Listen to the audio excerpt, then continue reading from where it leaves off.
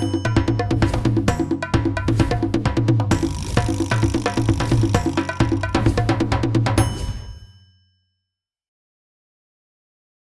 to Smart 24 TV Driving Business.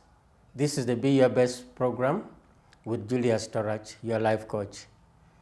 We inspire and empower people to transform their lives. Today we want to look at parenting and cross-generational wealth, or else you can even put it that cross-generational wealth and parenting. 70% of studies have indicated that 70% of family wealth don't go past the second generation. And studies have also indicated that 90% vanish by the third generation. So we want to try to explore this in the context of, could one of the challenges be to do with the parenting? And the person who is going to help us explore this insight is a very special person. I will request him to introduce himself. Well, my name's Joshua Mugabe, and pastor at Total Church. My responsibility is to give oversight to family and counseling, which includes helping people prepare to get married, helping people to stay married, helping people who probably have become single parents. And so that's my responsibility. Above all, to help young people live an awesome life that they will not be ashamed of years down the generation. I am married to one and only Christine Mugabe. I know as my Tina, and we've been married for 23 years only. We are looking for many more years. Blessed with 4 amazing sons, and yeah, I would say that suffices for the moment. You also have a very interesting background in that you had actually a background in business before you went into full-time ministry. Yeah, that's a good one. There's life business, business for living, for making sure you exist. Also, I did a diploma in business studies, learning to make sure books of accounts are in order, but also it had to do with helping businesses set up and running. So I've done many business ventures. Both in terms of entrepreneurship and the life business. Yes. Nice to hear that. Now, Pastor, this issue of wealth first of all, we are not focusing so much about how to generate the wealth. Now, the wealth that we generate, it is common knowledge that especially in Africa, they don't go past third generation. Yeah. If the statistics for the rest of the world say by 90% die in the third generation, Africa could actually be worse. Yeah. So what would be your perspective of wealth, interpretation of generational wealth? What form does it take?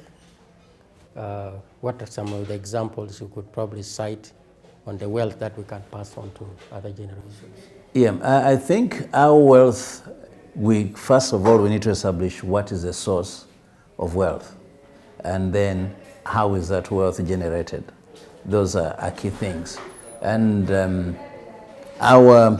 what we believe about wealth also determines that. In Africa, the general worldview about wealth is something that you are lucky to have.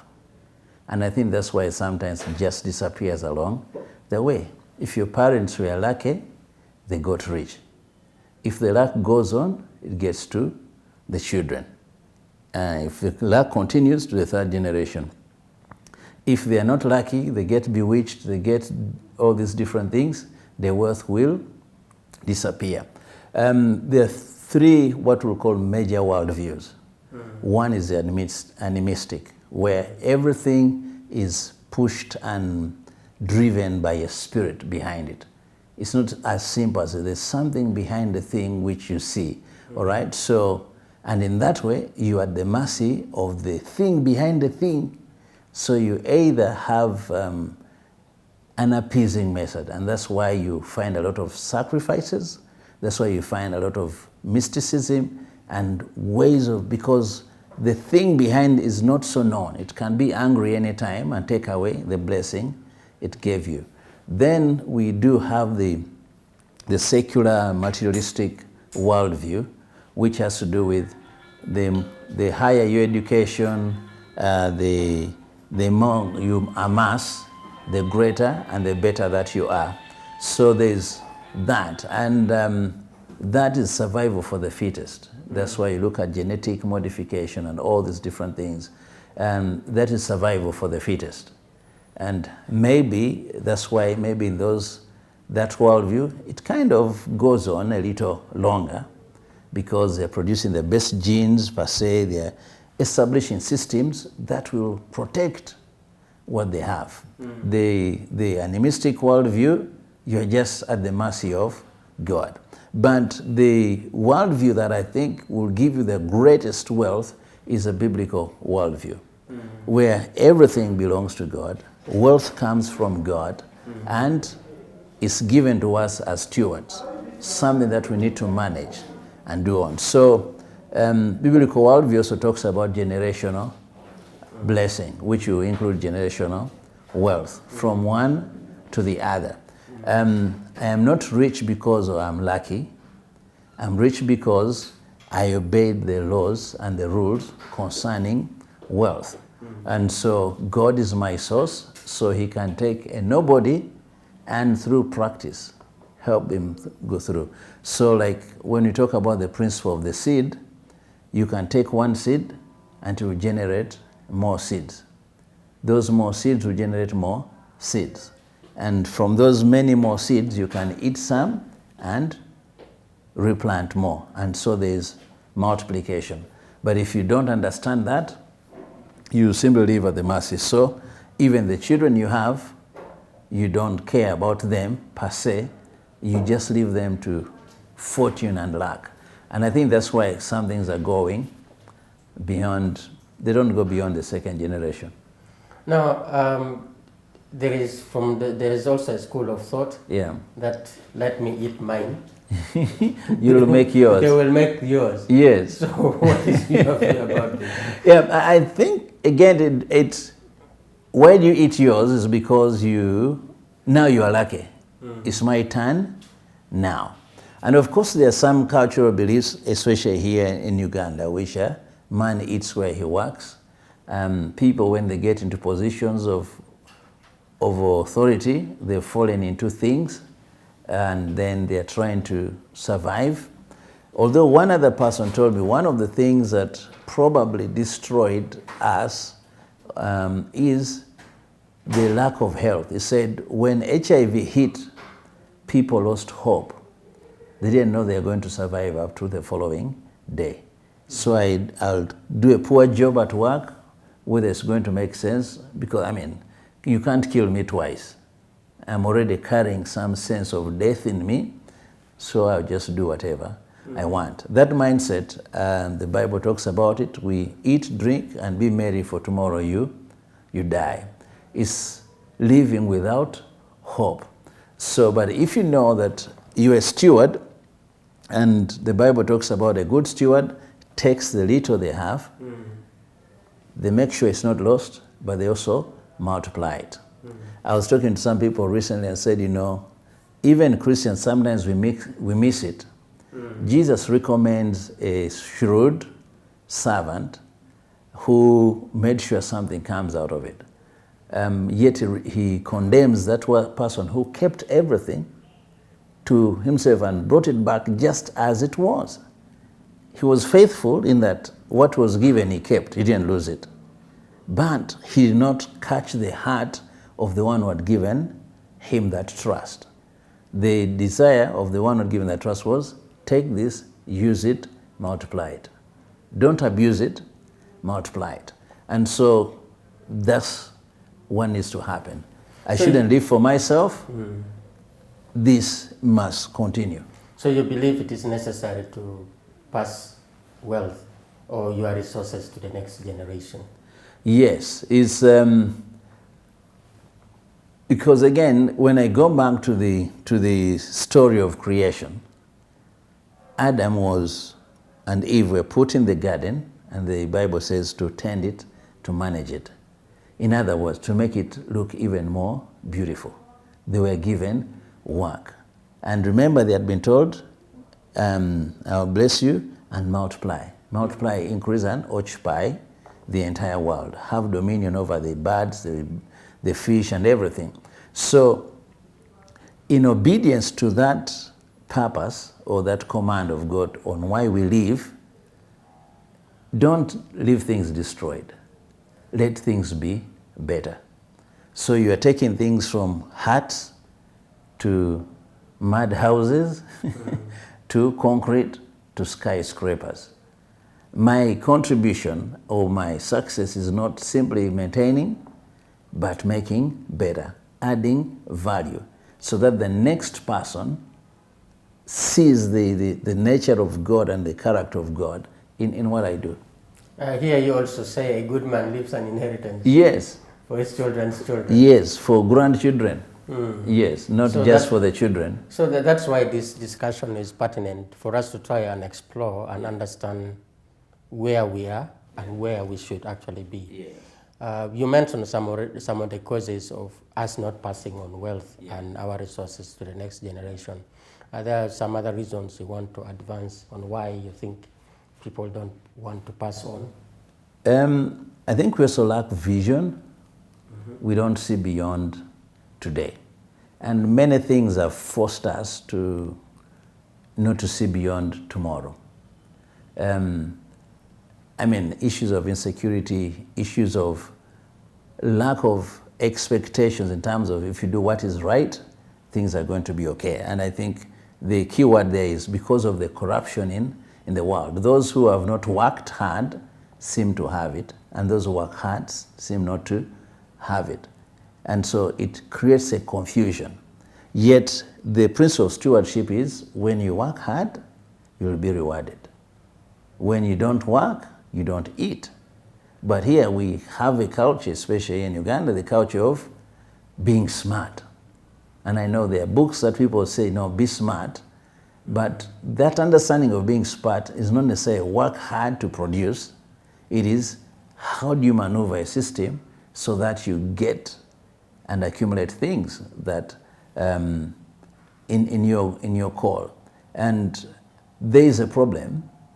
If you've not followed the principle of accumulating wealth, most likely you won't even know how to pass on, okay?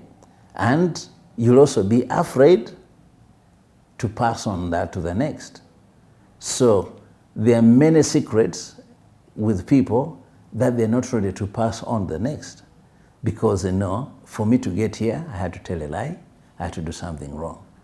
You don't want to pass that on to the next person. So the morality of the people, again, influences how we're going to pass on the next. If we know we are right, living in the truth, no cutting corners, I know, and I mean, the laws of nature help us. When you plant beans, you get beans. You never plant beans and then get pawpaws. All right, so when you live right and do what is right, you're going to get some life that is right. If you do it the other way, it's not going to work.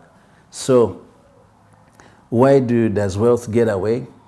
I think because we got it the wrong way. Yeah, we don't even know. We just felt lucky. We just flowed with the crowd. And we had no vision. What am I making this money for? I have 6 cars. Why do I need 6 cars? It doesn't suffice. Now we have all this issue of land grabbing and stealing, but what is that land for? I think we must live beyond living for wealth to live for a higher purpose. I think some people don't want to pass it on because they feel the next generation will just squander. So do you think you are in charge of family, which also includes parenting? Do you think we as parents are doing enough to prepare the next generation to manage that wealth past the third generation? I think the next generation is not necessarily easy, but I think there are some mistakes we are making which we can correct, all right? We've taught and we are teaching that significance in life it comes from what you have, all right? And sometimes we do everything to make sure that children have everything. They have the latest PlayStation, they have the latest games, they have the latest phone and everything, which are nice things, but they are not necessarily useful. And so the child finds their significance from what they've accumulated. Yet, I think we should be helping our children discover that true significance comes from what have I accomplished? What have I done? How creative am I? How am I developing that? We ourselves also have our own problems, all right? I'm in a Chitenji, you're in a suit. Naturally, I would say, because you're in a suit, I have more money. you have more money, you are more educated, you have it. Me, I don't have it. And so we even live in that competition. I mean, I've seen adults talk about peer pressure. Because I have a Range Rover, you are striving to get a Range Rover. Yet you sleep at work, all right? And your parents are 4 kilometers away on a road that is tarmacked. In fact, you need a bicycle to stay healthy and connected. But because of the pressure, which kind of place must I be? What will people say of me? The things we do that are not necessary. So we, as parents, we need to change and say, what is it that really counts for our children? Are they creative? Are they productive? Do they know what purpose is in life? Are they striving towards that? Or they are simply consumers? And I know the world has also taught us to be consumers. We simply want to eat and not to produce stuff. So that becomes a problem. So parents, we have our own problems. Maybe sometimes we're reacting to, we grew up in very tough conditions.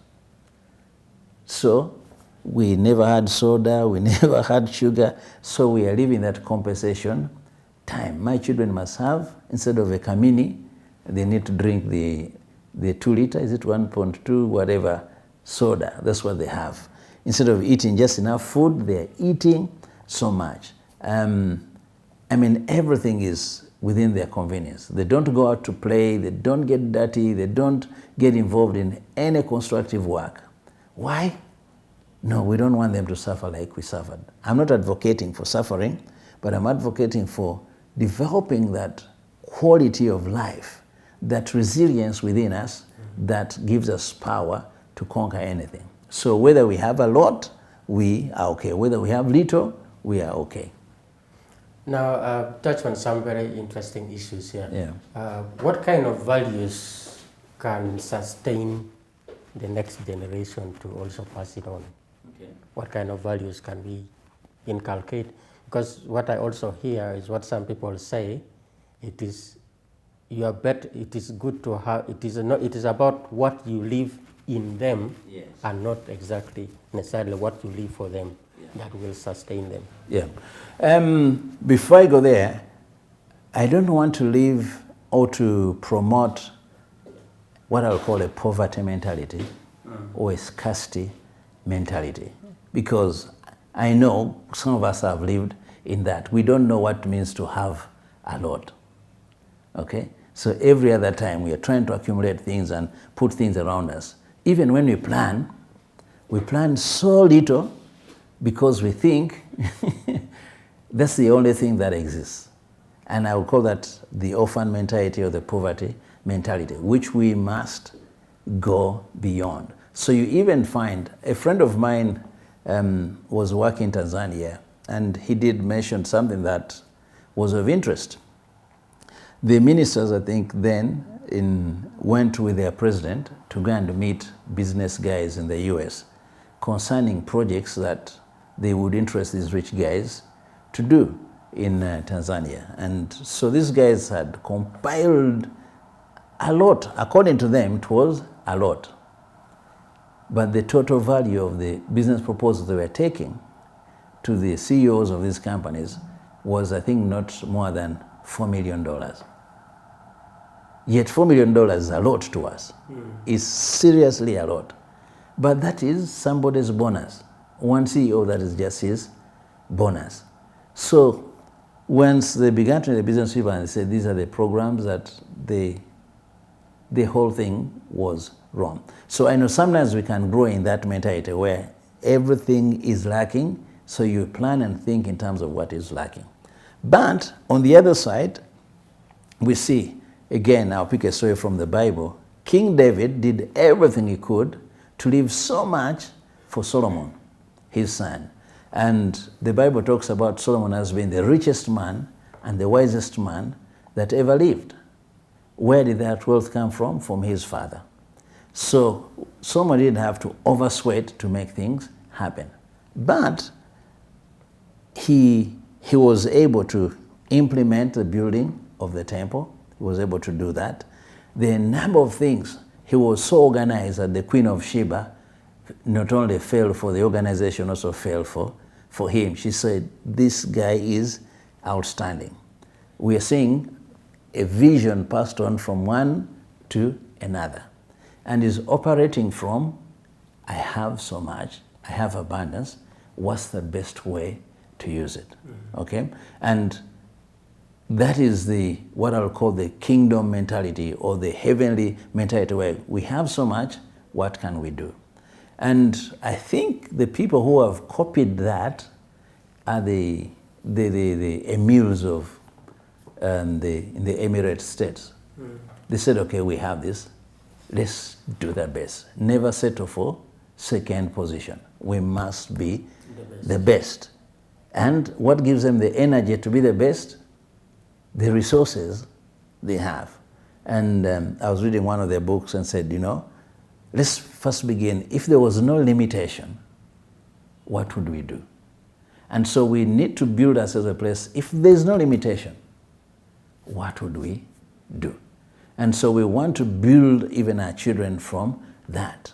If things changed, all right, and you had an opportunity, if you're given a blank check, what would you do? Or what would you ask for?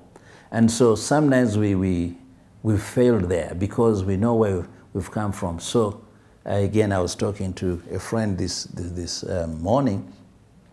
I said, we don't want to live like some of our friends who are wealthy in terms of livestock, but they don't have food.